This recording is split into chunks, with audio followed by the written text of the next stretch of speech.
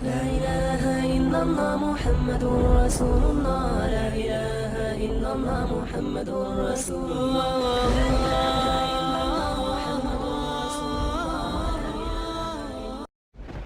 لا إله إلا الله محمد رسول الله. لا إله إلا الله محمد رسول الله. يا ربي مصطفى بلغ مقاصدنا واغفر لنا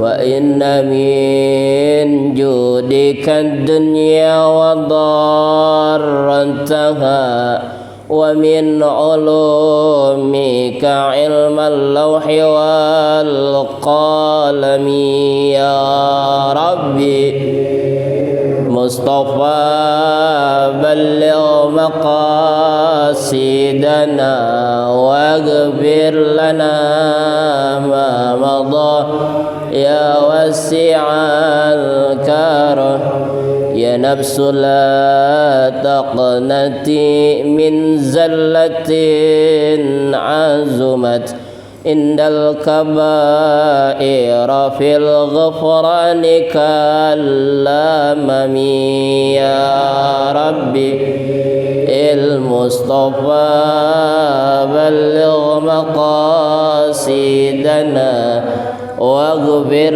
لنا ما مضى يا واسع الكرم يا ربي بالمصطفى بلغ مقاصدنا واغفر لنا ذنبنا يا غفر الذنوب يا ربي بالمصطفى بلغ مقاصدنا واغفر لنا ما مضى يا واسع الكرم اللهم صل وسلم وبارك عليه ربي زدني علما وارزقني فهما وألحقني بالصالحين ربي زدني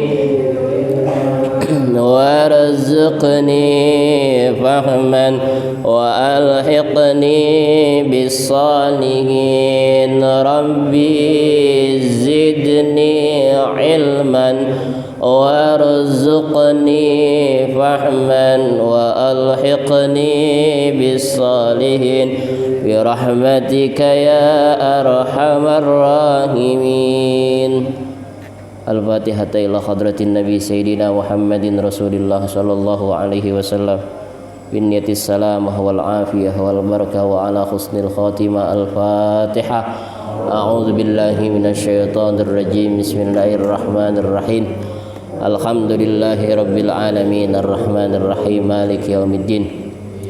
Iyyaka na'budu wa iyyaka nasta'in ihdinas siratal mustaqim صراط الذين أنعمت عليهم غير المغضوب عليهم ولا الضالين. بسم الله الرحمن الرحيم. الحمد لله رب العالمين وبه نستعين على أمور الدنيا والدين والصلاة والسلام على أشرف الأنبياء والمرسلين سيدنا وحبيبنا ومولانا محمد وعلى آله وأصحابه أجمعين. أما بعد قالوا سبحانك لا علم لنا إلا ما علمتنا إنك أنت العليم الحكيم ولا عدوان إلا على الظالمين. قال رب اشرح لي صدري ويسر لي أمري واحلل عقدة من لساني يفقهوا قولي. Qala Rasulullah sallallahu alaihi wasallam atadruna manil muflis qalu al muflisu fina man la dirhama lahu wala mata'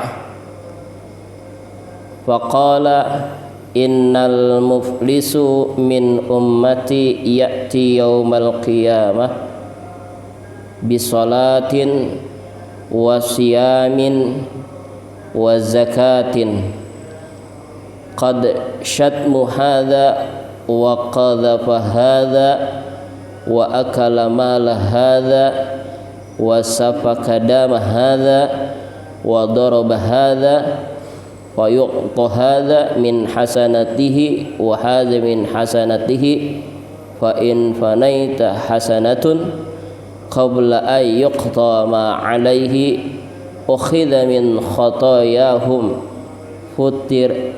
faturihat alaihi summa turiha finnar. Wa qala Allah ta'ala fil Qur'anil Karim bismillahirrahmanirrahim wa min rahmatihi ja'ala lakumul laila wan nahara litaskunu fihi wa litabtagu min fadlihi wa la'allakum tashkurun.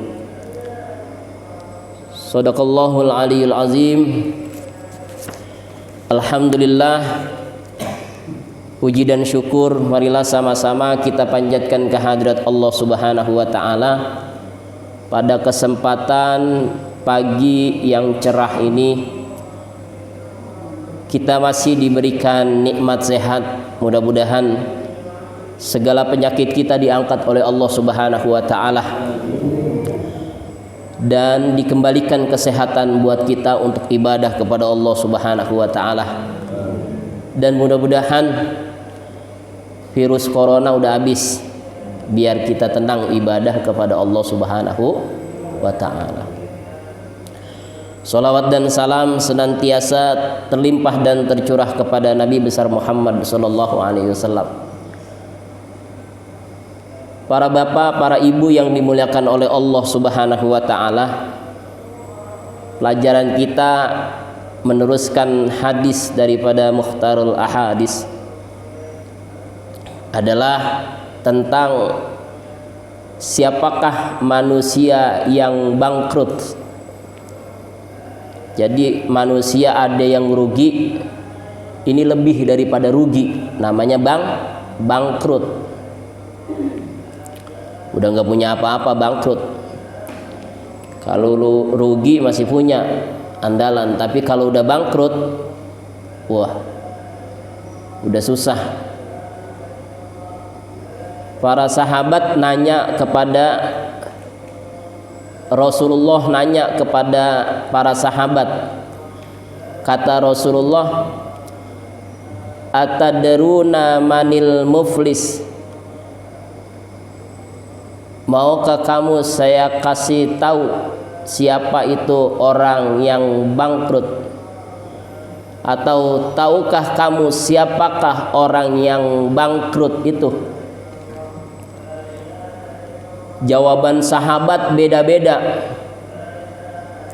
Kata sahabat ada yang bilang, al-muflisu fina man la dirhama lahu wala mata'. Orang yang bangkrut itu adalah orang, menurut kami, kata para sahabat, adalah orang yang diantara kami, orang yang tidak punya uang, la dirhama wala mata', dan orang yang tidak ada kekayaan baginya. Terus ada yang lagi nyeletuk, orang yang bangkrut adalah orang yang setiap harinya tidak mendapatkan keuntungan. Terus ada lagi yang nyeletuk, orang yang bangkrut adalah orang yang selalu setiap hari dalam kerugian. Jadi macam-macam pendapat daripada sahabat-sahabat Rasulullah. Tapi yang dimaksud dengan Rasulullah bukan itu. Apa kata Rasulullah?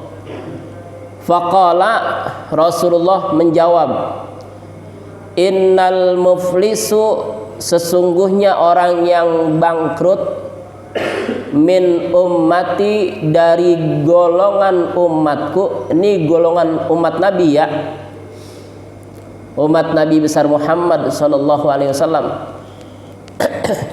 Bukan umatnya baginda Nabi Adam, bukan.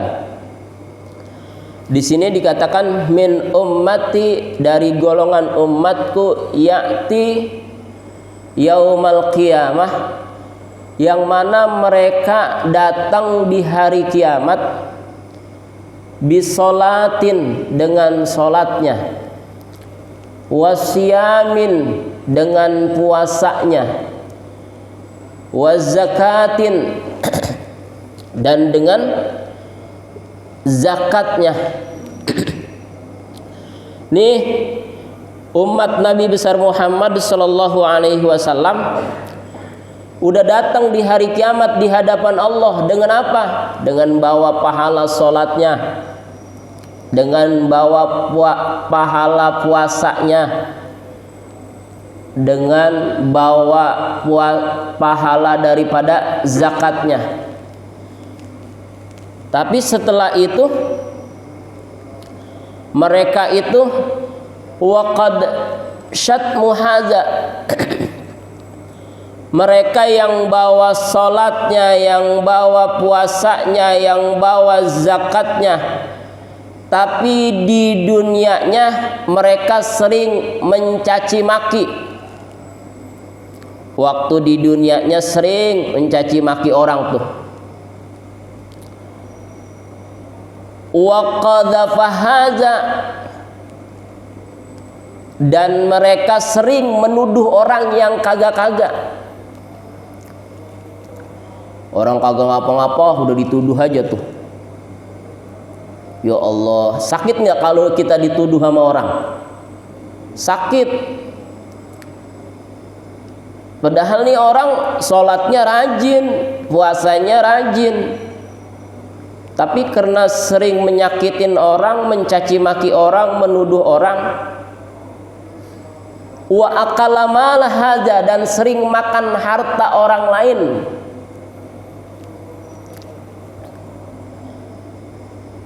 maka orang yang tersebut adalah selesai sering makan harta orang lain, wasafakada mahadza, dan orang sering bunuh orang lain, wa daraba hadza, dan sering mukul orang lain, fayuqta hadza min hasanatihi. Nih orang udah sering nyakitin orang, caci maki orang, selesai dia di hadapan Allah dengan bawa sholatnya, zakatnya, kemudian dengan puasanya, dia sudah persembahkan di hadapan Allah. Tapi ada orang tuh yang komen nama Allah, ya Rob, ini orang jangan dipasukin ke surga dulu Rob, bab dia waktu di dunia Rob, ini orang pernah caci maki saya nih, saya belum ikhlas. Ya Allah, akhirnya puasa sholatnya dikasih tuh ke orang yang tadi sering disakitin di dunianya.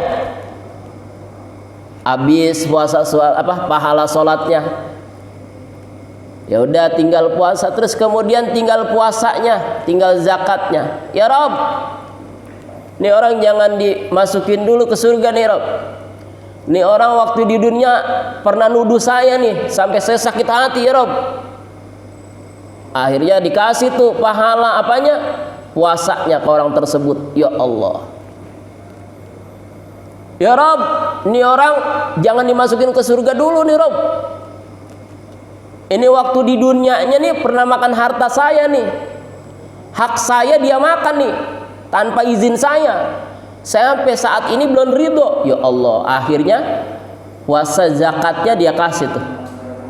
Semua ibadah-ibadahnya, karena memang di dunianya sering nyakitin orang, sering nuduh orang, dia sering caci maki orang, dia sering makan hak orang lain.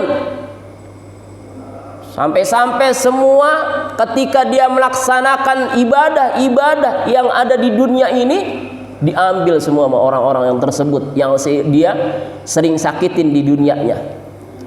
Terus saya kayak gitu, ya Rob, ini pahala saya udah nggak ada, pahala haji saya udah nggak ada, pahala itu puasa saya udah nggak ada. Kemudian masih banyak orang yang minta haknya ya Rob kepada saya. Apa yang saya harus berikan? Akhirnya dosa orang tersebut dipindahin tuh ke orang tersebut. Ya Allah, rugi kagak tuh? Rugi. Yang tadiannya pengen masuk ke surga, akhirnya nih orang jadi masuk nerakanya Allah Subhanahu wa ta'ala.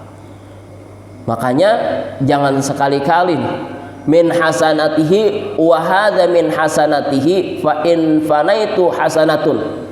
Ketika semua kebaikannya sudah habis diberikan kepada orang lain, tapi masih ada orang lain yang menuntut haknya, akhirnya dosa orang tersebut dipindahin tuh ke situ, ke orang yang sering ngezolimin. Artinya apa nih? Kita ambil kesimpulan, kita kalau hanya mengandalkan sholat kita nih, kita kalau hanya mengandalkan puasa kita, kita kalau hanya mengandalkan zakat kita, kita kalau hanya mengandalkan pahala haji kita, itu nggak bakalan mampu kalau kita di dunianya sering nyakitin orang lain. Kadang-kadang kita begitu jadi orang, gampang banget nyakitin orang. Kita nggak pernah ngaca diri. Makanya di sini hadis tersebut, berapa banyak orang yang muflis, orang yang bangkrut. Orang yang bangkrut bukan orang yang kagak punya uang di dunianya. Orang yang bangkrut bukan orang yang tidak makan di dunianya, bukan. Tapi orang yang bangkrut ketika nanti di hadapan Allah, mereka bawa pahala puasanya, mereka bawa pahala sholatnya, mereka bawa pahala zakatnya, tapi karena sering di dunianya nyakitin orang, itu habis pahalanya. Sampai-sampai masih banyak yang minta haknya kepadanya dan dia tidak bisa memberikannya. Maka dosa orang tersebut dipindahkan kepada orang yang sering zolimin orang lain waktu hidup di dunianya. Ini hadis mengasih gambaran buat kita, begitu besarnya dosa ketika kita menyakitin saudara kita sendiri. Jangan sampai nanti ketika kita pulang ke rahmatullah, kita udah sholat di dunia, kita udah zakat di dunia, kita udah puasa di dunia, tapi banyak orang yang minta haknya kepada kita. Jangan sampai tuh. Apalagi kalau sampai kita caci maki orang, ya Allah. Sebab orang itu, kata Nabi besar Muhammad SAW, andaikan satu perkataan yang engkau ucapkan kepada saudara kamu itu bisa menyenangin daripada saudara kamu, aku lebih gembira dibandingkan ketika banyak orang yang sujud di tengah malam hari, ya Allah. Tapi andaikan satu perkataan dari lisan kamu menyakitkan hati saudara kamu, aku lebih sedih dibandingkan ketika nanti umatku terjerumus daripada api neraka jahanam Allah Subhanahu wa ta'ala. Sampai sebegitunya tuh. Makanya kita punya lisan ini nih, kata Rasulullah, hafizul lisan, salamatul insan bihifzil lisan. Selamatnya manusia itu dengan menjaga lisannya. Coba kalau kita bayangin nih Pak, berapa banyak orang yang sakit hati gara-gara lisan kita, dan berapa banyak orang sakit hati hanya karena jabatan kita. Kadang-kadang orang kalau udah kuasa begitu tuh, orang cuman jadi RW aja gampang banget mutusin, entar mukul, entar begini. Jangan, nggak boleh tuh hak orang. Kadang-kadang dengan kuasa kita gampang ngambil hak orang, nggak boleh. Sebab nanti kita bakalan rugi di dunia, bakalan rugi di akhirat. Iya sekarang di dunia kita, tapi kalau di hadapan Allah itu adalah orang-orang yang sangat bangkrut, orang-orang yang udah nggak punya apa-apa lagi di hadapan Allah Subhanahu wa Ta'ala. Makanya Rasulullah Shallallahu Alaihi Wasallam berpesan banget kepada umatnya di sini, daripada golongan umatku katanya, jangan sampai jadi orang yang muflis, orang yang bangkrut. Kita bangkrut di dunia aja gak enak, bagaimana ketika kita bangkrut nanti di hadapan Allah Subhanahu wa Ta'ala. Kita buta di dunia aja gak enak, bagaimana nanti ketika kita buta di hadapan Allah Subhanahu wa Ta'ala. Bahkan di sini di dalam ayat Al-Qur'annya mengatakan, wa mir rahmatihi ja'ala lakumul laila wan nahar litaskunu fihi litabtagu min fadlihi wa la'allakum tashkurun. Dan adalah karena rahmat Allah. Ini kita di sini nih karena rahmat Allah. Semua yang Allah berikan kepada kita ini karena ada kasih sayang Allah Subhanahu wa Ta'ala.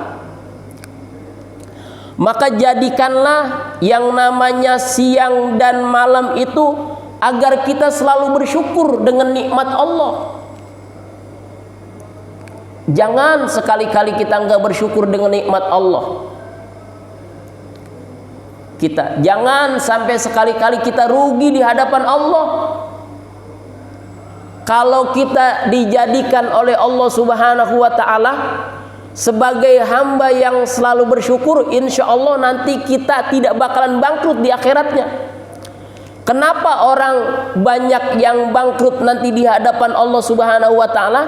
Yang pertama, mereka tidak mempunyai qalbun syakirun, hati yang bersyukur sama Allah.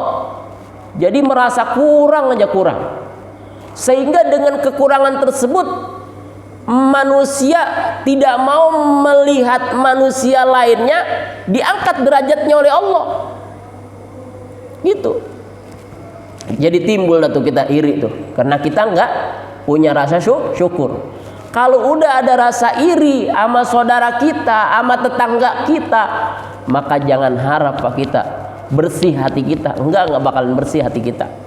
Kalau kita masih punya sifat iri terhadap saudara kita, terus kemudian juga tetangga kita, nggak bakalan bersih. Makanya jangan sampai nanti kita ketika dibangkitkan di hadapan Allah Subhanahu wa Ta'ala, pahala puasa yang sudah kita persembahkan, pahala zakat yang sudah kita persembahkan di hadapan Allah, kemudian juga pahala puasa, sholat, dan yang lain-lainnya di hadapan Allah sudah kita persembahkan, tapi banyak orang yang menuntut haknya kepada kita. Jangan Pak, jangan sampai seperti itu. Maka hadirin jamaah rahimakumullah, jadikan setiap kita perbuat itu adalah orang yang selalu dirindukan oleh Allah Subhanahu wa Ta'ala. Padahal nih, jadi umat Nabi besar Muhammad sallallahu alaihi wasallam di sini diterangkan, idza aradallahu bi 'abdihil khaira ajja'ala lahul uqubata fid dunya wa idza aradallahu ba'dihi syarra amsaka anhu bidzambihi hatta yuwaffa bihi yaumal qiyamah. Apabila ada seorang hamba Allah yang menghendaki kebaikan, ini baru pengen doang nih, niat doang kebaikan, maka di situ pahalanya udah dicatat sama Allah Subhanahu wa Ta'ala. Contoh seumpama nih, kita jadi umat baginda Rasul itu udah paling teristimewa. Kita niat aja udah dicatat. Kalau kita niat kebaikan, itu pahalanya udah dicatat sama Allah. Seumpama besok ada sholat subuh gabungan, kita pengen niat nih datang sholat subuh jamaah besok, baru niat doang tuh, kemudian tidak terlaksana, tapi niat baik itu sudah dicatat sama Allah Subhanahu wa Ta'ala. Beda dengan yang namanya niat keburukan. Kalau keburukan, kalau kita belum mengerjakannya, baru niat doang, itu belum dicatat sama Allah Subhanahu wa Ta'ala sebagai amal buruk kita. Tapi kalau yang namanya kebaikan, insya Allah sudah dicatat duluan oleh Allah Subhanahu wa ta'ala. Walaupun kita tidak mengerjakannya, baru pengen niat doang. Bagaimana ketika kita niat dan kita mengerjakannya, itu 2 kali dicatat kebaikan oleh Allah Subhanahu wa ta'ala. Yang pertama, pahala niat kita untuk mengerjakan ibadah kebaikan. Yang kedua, kemudian kita melaksanakannya, maka itu dicatat oleh Allah Subhanahu wa ta'ala sebagai kebaikan pahala yang diberikan oleh Allah Subhanahu wa ta'ala buat kita hadirin jamaah rahimakumullah. Maka jangan jadikan diri kita di dunia ini orang-orang yang bangkrut. Ini kita fasilitas untuk mengerjakan amal-amal ibadah sama Allah Subhanahu wa ta'ala, kemudian sama Nabi besar Muhammad SAW, dibuka peluang buat kita seluas-luasnya. Kata Nabi, Isma syi'ta, perbuat apa yang kamu mau di dunia ini, hidup sesuka kamu di dunia ini. Fa innaka maitun, maka sesungguhnya kamu bakalan mati, akan kembali kepada Allah Subhanahu wa ta'ala. Terus kemudian kata Nabi, wahbib ma syi'ta, cintain sesuka kamu yang ada di dunia ini, cintain boleh. Kalau kamu cinta sama dunia, boleh secinta-cintanya sama dunia. Kalau kamu cinta dengan harta benda kamu di dunia, boleh cintain. Kalau kamu cinta dengan istri kamu sampai mati, boleh, kata Nabi. Tapi fa innaka mufarriqun bih, maka sesungguhnya kamu bakalan berpisah dengan orang yang kamu cintain. Gitu.